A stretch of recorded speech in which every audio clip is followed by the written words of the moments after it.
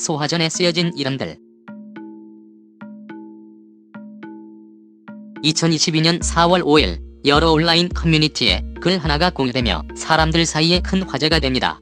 해당 글은 서울의 한 아파트에 사는 여성 입주민이 작성한 글로 자신이 사는 아파트 세대 소화전에는 입주민의 이름과 알 수 없는 숫자가 적혀 있다는 것이었습니다. 여성이 올린 글의 내용은 이랬습니다. 엘리베이터에서 내려 집으로 들어가던 여성은 집 앞 소화전 위에 쓰여진 작은 글씨를 보고 깜짝 놀라게 됩니다. 바로 7개월 된 자신의 아이 이름이었기 때문이었습니다. 가끔 택배기사나 종교인들이 벽이나 현관문에 자신만의 표시를 남겨놓는 경우가 있다는 얘기를 들어보긴 했었지만 이제 태어난 지 7개월밖에 안 된 아기 이름을 그들이 안다는 것은 불가능했기에 여성은 더더욱 놀랐습니다. 혹시나 하는 맘에 다른 층에 있는 소화전을 모두 확인하기 시작했고 놀랍게도 1층을 제외한 모든 층의 소화전에는 역시나 이름이 적혀 있었습니다. 그리고 몇몇 세대를 직접 방문해 확인한 결과 소화전에 적힌 이름이 현재 살고 있는 입주민의 이름과 정확히 일치한다는 것을 깨닫게 됩니다. 그런데 특이한 점은 소화전에 쓰여졌던 이름들이 대부분 여성이나 노인, 아이들의 이름이라는 점이었습니다. 또한 더욱 소름돋는 점이 하나 있었습니다.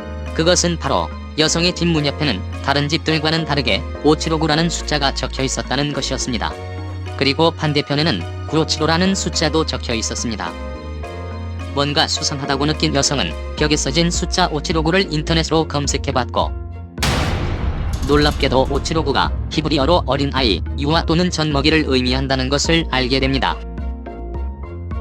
여성은 소화전에 있는 이름은 분명 누군가 범죄를 저지르기 위해 집마다 누가 사는지 몰래 훔쳐본 다음 써놓은 것이며 자신의 집엔 어린아이가 있어 5759라는 숫자까지 써놓은 것이라고 생각했습니다. 다음날 여성은 경비실에 전화해 이러한 내용들을 알리며 경찰에 신고해서 범인을 잡아달라고 요청했습니다. 또 증거를 위해 소화전에 적혀있는 입주민들의 이름들은 지우지 말고 경찰이 확인할 때까지 그대로 남겨달라는 당부도 남겼습니다. 하지만 며칠이 지나도록 경찰 수사는 전혀 이루어지지 않았고 오히려 소화전에 쓰여있던 자신의 아기 이름이 지워져 있는 걸 보게 됩니다. 여성은 왜 이름을 지웠는지 경찰에 신고한 것은 맞는지를 관리사무소에 물었지만 관리사무소로부터 그냥 조용히 넘어가기로 한다는 답변을 듣게 됩니다. 결국 여성은 입주민들에게 해당 내용들을 알리기 위해 아파트 커뮤니티에 글을 올리게 되었던 것이었습니다. 글이 올라오자 많은 입주민들은 자신의 집 소화전에도 이름이 써있다며 무서워했고 빠른 속도로 온라인에 공유되기 시작합니다. 네티즌들 사이에서는 영화 같은 일이 현실에서 일어났다며 놀라움을 감추지 못했습니다. 어떤 이들은 분명 누군가 납치 또는 침입을 위해 표시해둔 것이라고 말하기도 했으며 관리사무소가 이 사건과 관련되어 있을 것이라고 말하기도 했습니다. 또 어떤 이들은 범인이 어린아이가 사는 집에는 유아를 뜻하는 5759를 노인이 사는 곳에는 5759를 거꾸로 쓴 9575를 써놓았을 것이라고 추측하기도 했습니다.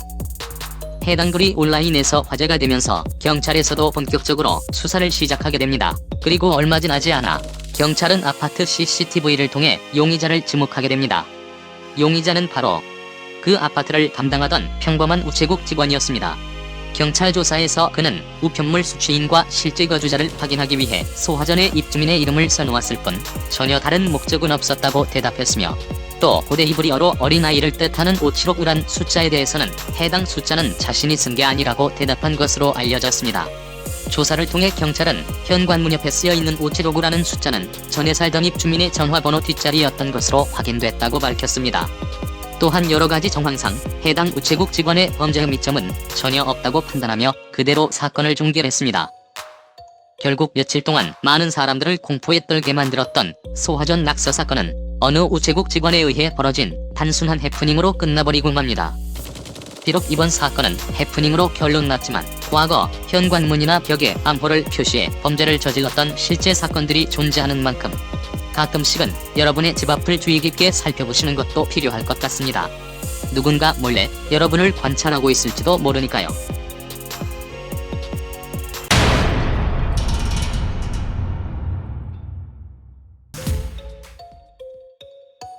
캔디맨.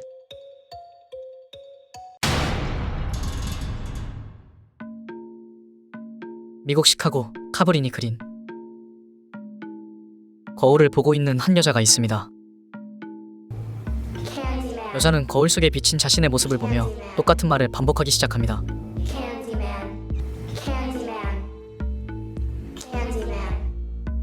잠시 후 여성 앞에 의문의 남성이 나타나 캔디를 건네는데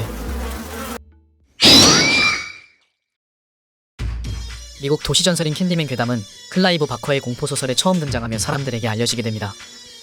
이후 캔디맨을 주인공으로 한 여러 편의 영화들이 제작되며 미국의 대표적인 공포 캐릭터로 자리잡게 됩니다.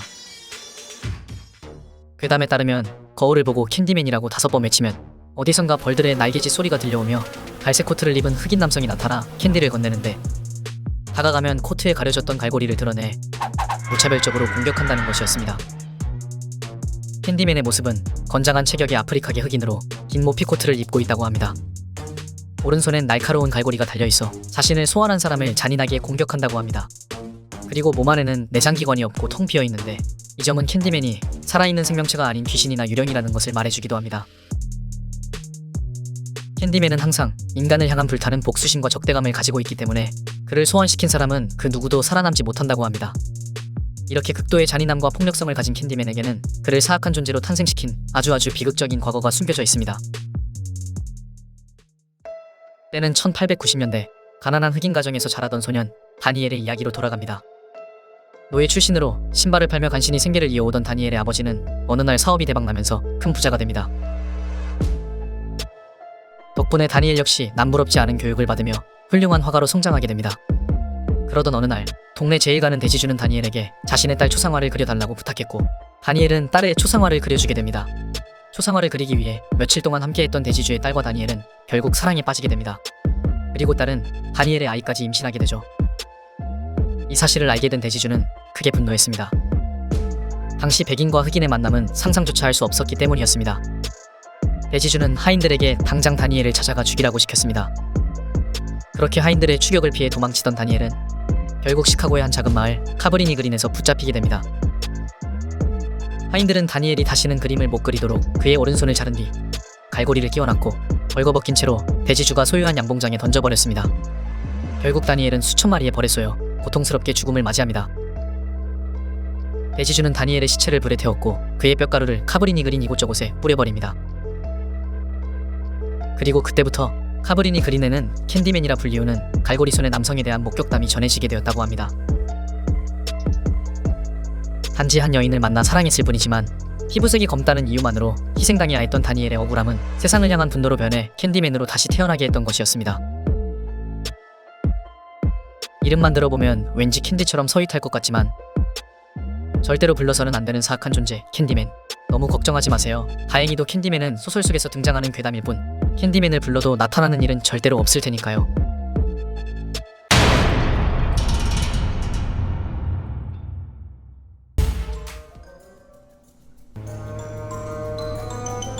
아만다 디 어드벤처러.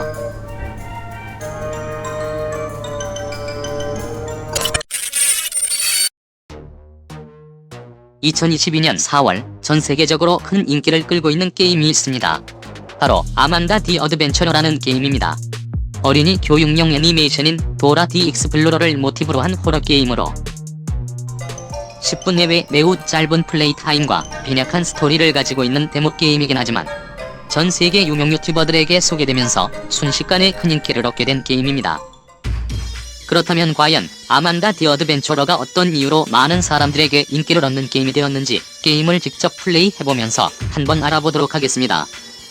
게임은 주인공이 다락방에서 아만다 디 어드벤처러라는 오래된 어린이 TV쇼의 비디오 테이프를 발견하면서부터 시작됩니다. 전원이 켜진 비디오 플레이어에는 기괴한 화면이 잠깐씩 나오며 시작부터 긴장감 있는 분위기를 만들어냅니다. 첫 번째 에피소드를 재생시키자 아만다 디 어드벤처러 메인 타이틀이 보여지며 게임이 시작됩니다. 주인공인 용감한 소녀 아만다와 겁쟁이 양인 울리가 반갑게 인사합니다. 아만다가 질문하자 글자 입력창이 나타납니다. 예스라고 입력하자 울리는 사과 알러지가 있다고 말하지만 아만다는 괜찮다며 새롭게 도전해보라고 말합니다. But we don't even know where the store is. Do you know where the store is? 다음은 과일 가게를 찾아야 합니다. Is 맞게 누르자 가게 안으로 이동합니다. we're at the store.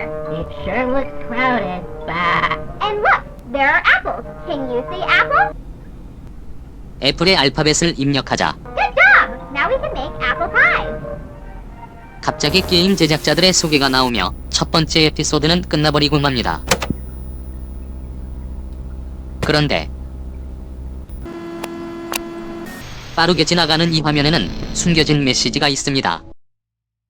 스태프 이름들 사이사이에 들어있는 단어들을 순서대로 붙여보면 당장 TV를 꺼라는 메시지가 만들어지게 됩니다. 과연 누가 이 메시지를 숨겨놓은 것일까요? 그리고 도대체 왜 TV를 끄라고 경고하는 것일까요?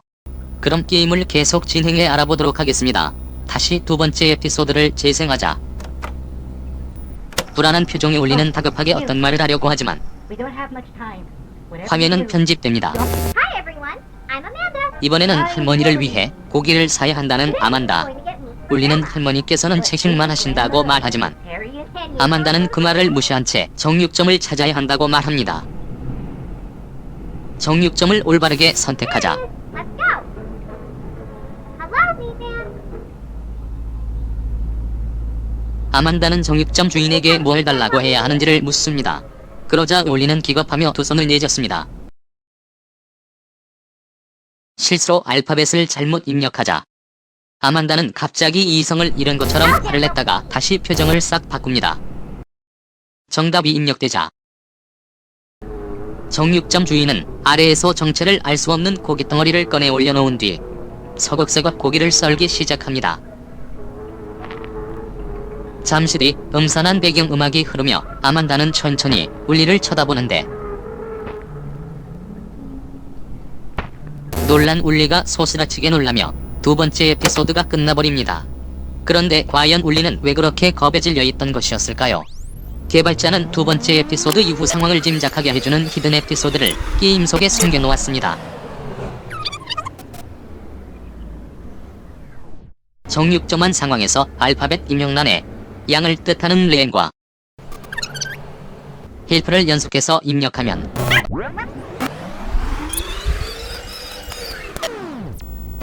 번호가 없는 히든 에피소드가 새롭게 보여지게 됩니다. 테이프를 재생시키면 화면에는 실제 사진들이 나오게 되는데 첫 번째는 누군가의 집을 찍은 사진이 나왔고 두 번째는 한적한 숲속길을 찍은 사진이 마지막에는 정육점에 걸린 고기들 사진이 나오게 됩니다. 그리고 마지막 입력창에는 어떠한 알파벳을 입력해도 울리라고 자동으로 입력되면서 히든 에피소드는 끝나게 됩니다.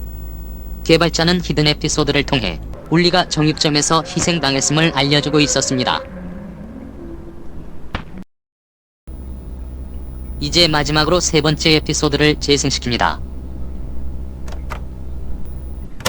컴컴한 밤, 외딴 흉가 앞에 서 있는 아만다. 하지만 울리의 모습은 보이지 않았고 울리의 것으로 보이는 양털 뭉치만 바닥에 떨어져 있었습니다. 아만다는 해가 저물었으니 집에 가야 한다고 말합니다. 집을 클릭하자 문 앞에 도착했고 Knock on the door. 아만다는 문을 놓으라고 말합니다. I want to go inside. Let me in. 아만다가 시키는 대로 문을 놓으자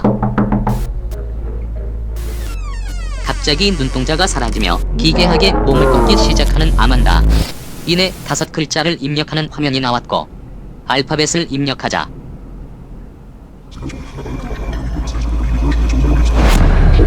괴물로 변해버린 아만다의 모습이 보여지며 게임은 끝나버리게 됩니다. 결국 용감한 소녀 아만다는 소녀의 모습으로 변한 괴물이었던 것이었습니다.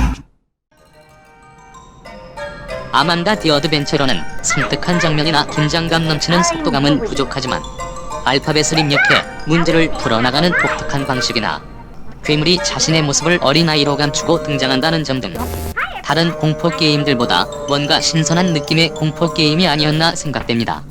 만약 아만다 디 어드벤처러의 다음 시리즈가 만들어진다면 꼭 다시 한번 소개하도록 하겠습니다. 시청해주셔서 감사합니다.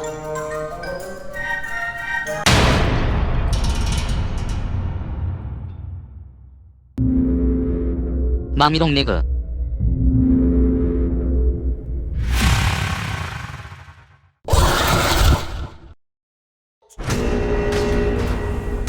It's been so 마미롱 레그는 파피 플레이타임 챕터 2 플라이 이너 웹에 등장하는 공포의 존재입니다. 2022년 5월 6일에 발매한 파피 플레이타임 챕터 2는 전작에서 보여줬던 그래픽을 이용한 독특한 진행 방식과 긴장감 넘치는 추격신은 물론 더 길어진 플레이타임과 다양한 미니게임 better be careful. 그리고 더욱 섬뜩한 공포 요소들이 더해지며 출시되자마자 많은 사랑을 받고 있습니다. 팬들은 챕터 1에 등장해 큰 인기를 얻었던 허기워기처럼 챕터 2의 악역은 누가 될지에 대해 큰 관심을 갖게 됩니다.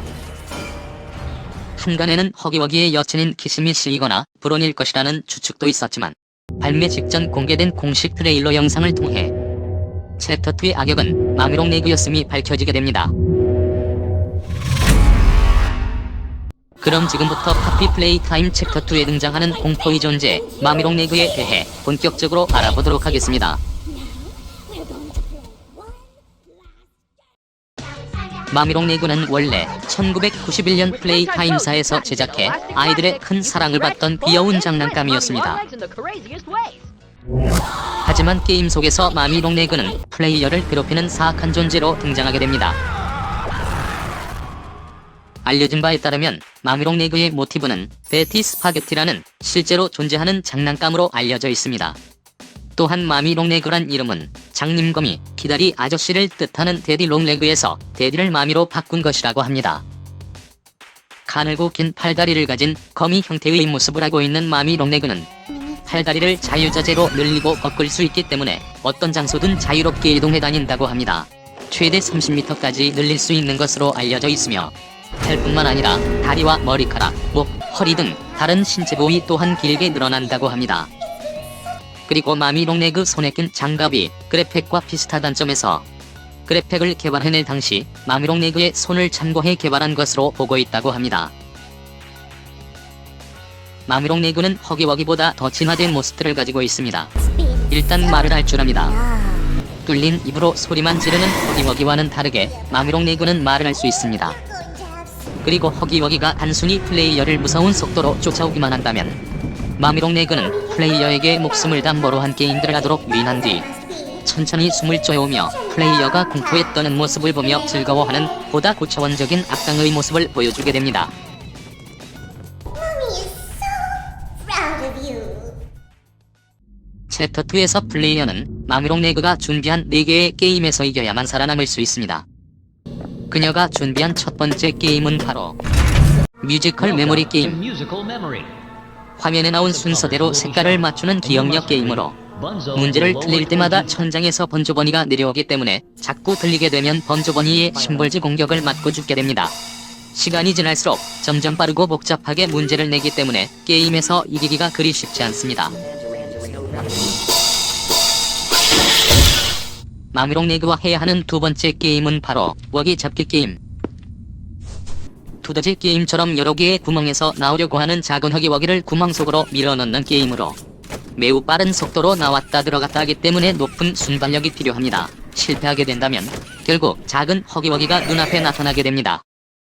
두 번째 게임까지도 무사히 통과한다면 마미롱 레그는 플레이어를 세 번째 게임에 참여하게 만드는데 바로 조각상 게임. 우리나라 무궁화꽃이 피었습니다와 비슷한 게임으로 플레이어는 조명이 꺼졌을 때만 움직일 수 있고 조명이 켜져 있을 때는 움직이지 못하는 규칙이 있습니다. 게임의 술래는 바로 PJ 버거필러. 뒤에서 천천히 플레이어의 모습을 감시하며 따라오는데 플레이어가 너무 느리게 움직이거나 불이 켜진 상태에서 움직였을 땐 PJ 버거필러가 무섭게 달려들며 끝나버리게 됩니다. 여담이지만 이 게임은 제작자가 우리나라 오징어 게임에서 모티브를 얻어 등장시키게 되었다고 합니다. 세 번째 게임까지도 무사히 살아남게 되면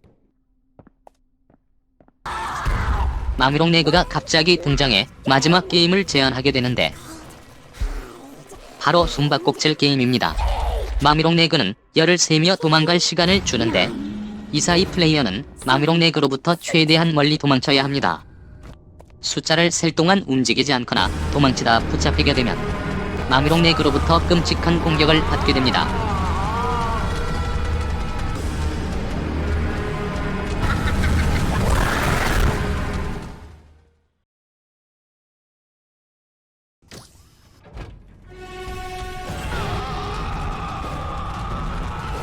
이렇게 플레이어를 제거할 때까지 포기하지 않고 끝까지 추격해올 것만 같은 마미롱 레그도 챕터1에서의 허기워기처럼 죽음을 맞이하게 됩니다. 마지막까지 플레이어를 추격하다가 장난감 파쇄기에 손이 끼인 마미롱 레그. 기계 속으로 몸이 빨려 들어가자 빼내기 위해 안간힘을 쓰던 마미롱 레그는 결국 몸이 두동강 나버리며 최고를 맞이하게 됩니다. 이후 누군가 마미롱 레그의 잘려진 상반신을 가지고 사라져버렸고 502. 허기머기와 마미롱 레그를 조종하는 인물이 따로 있었음을 암시하게 됩니다. The prototype. A close call. 과연 챕터 3에는 어떤 공포의 존재가 우리를 기다리고 있을지 벌써부터 궁금해집니다.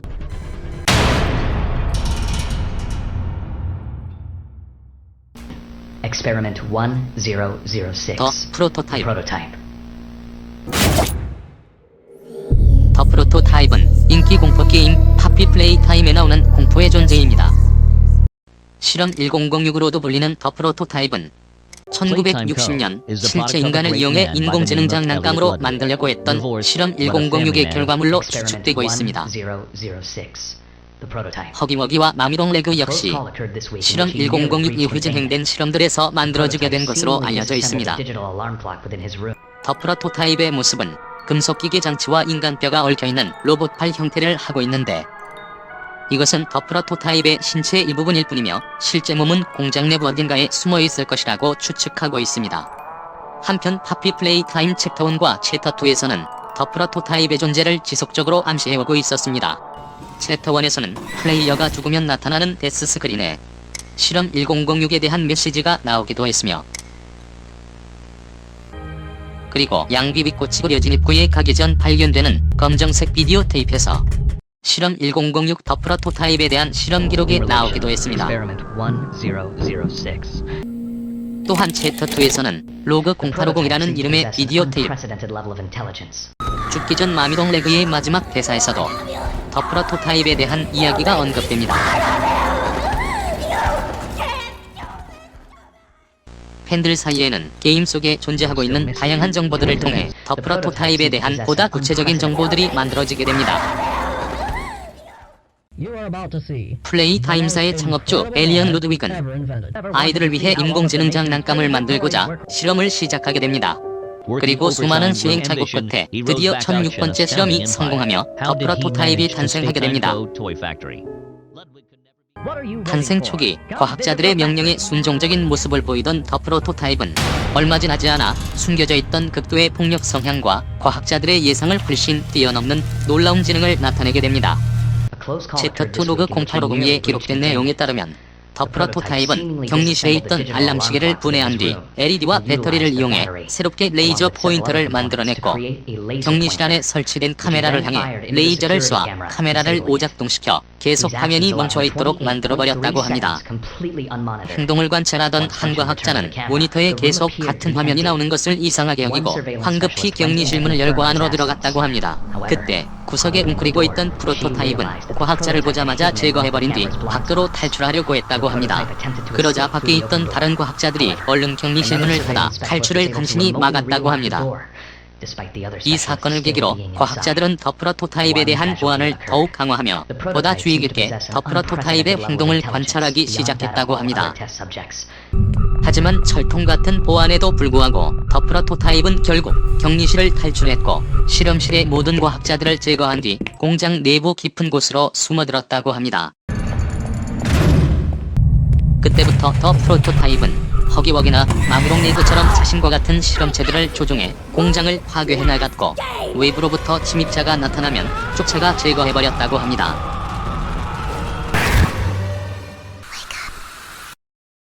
또한 폐기된 장난감들의 부품을 모아와 자신의 신체 일부로 만들어버리고 있는 중이라고 합니다. 과연 실험체 1006 더 프로토타입은 어떤 모습을 하고 있는 것일까요? 하피 플레이 타임 챕터 3에서 더 프로토타입이 정체를 드러내고 우리 앞에 나타나게 될지 무척 궁금해집니다.